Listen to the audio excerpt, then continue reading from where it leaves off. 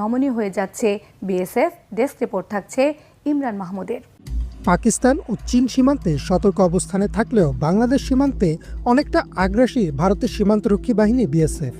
Human rights ওয়াচের 2011 সালের একটি প্রতিবেদন মতে বাংলাদেশ সীমান্তে বিএসএফ শুট টু কিল নীতি গ্রহণ করেছে, অথচ ভারত বরাবরই নিজেদের বাংলাদেশের বন্ধুরাষ্ট্র হিসেবে দাবি করে আসছে। বিগত সরকার যেখানে বলেছিল ভারতকে যা দিয়েছি তা তারা আজীবন মনে রাখবে, সেখানে সেই সরকারের আমলেই সীমান্তে 700 জনেরও বেশি মানুষকে হত্যা করেছিল বিএসএফ।